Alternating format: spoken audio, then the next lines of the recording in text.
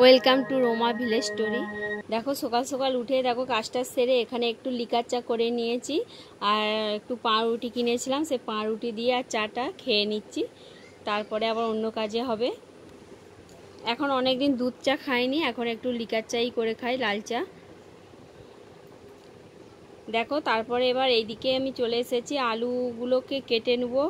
আলু কেটে আলু সেদ্ধ বসাবো, কেন সে বাগানে হচ্ছে কাজ হচ্ছে, সে কাকুটা কাজ করছে আর মুড়ি দেবো আলু সেদ্ধ দিয়ে, তাই আলুগুলো একটু কেটে নিচ্ছে এখানে। চলো ভিডিওটা দেখতে থাকো।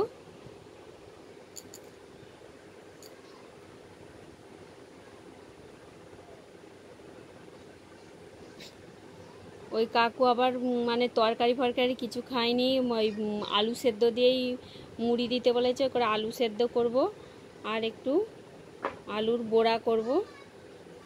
দেখো আলুগুলো সেদ্ধ হয়ে গেছে, দিয়ে আলু মাখিয়ে নিচ্ছি। এখানে আলুর বড়া একটু ভেজেছিলাম বেসন দিয়ে, আর এই দিয়ে আমি মুড়ি দিতে চলে যাব বাগানে।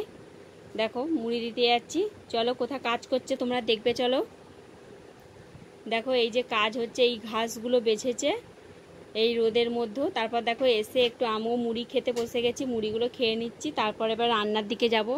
তারপর এখানে দেখো একটু চিংড়ি মাছগুলো ভেজে রেখেছি, আর এইদিকে দেখো এই পটল আলু আর পেঁয়াজগুলো কেটে রেখেছি, পটলগুলো ভাজছি গ্যাসের মধ্যে, আর এইগুলো কেটে রেখেছি। আর বানাবো পটল আলু আর চিংড়ি মাছ দিয়ে একটু তরকারি বানাবো। আর এইদিকে দেখো তোমাদের দাদাভাই এই মাছগুলো পাঠিয়ে দিয়েছে, এইগুলো হচ্ছে মৃগেল মাছ, এই মাছ দিয়ে আজকে রেসিপি বানাবো। দেখো আমার রান্না ফান্না প্রায় হয়েই এসেছে। দেখো এখানে হচ্ছে আলু আর মাছ দিয়ে একটু ঝোলঝোল করেছি, আর পটল একটু মানে পাকা পটল ছিল, সে পটলগুলোকে ভেজেছি, আর দুপুরে একটু আম কাটবো, এই নিয়ে ভাত খাবো। তারপর ভিডিওটা আমি এই পর্যন্তই করলাম।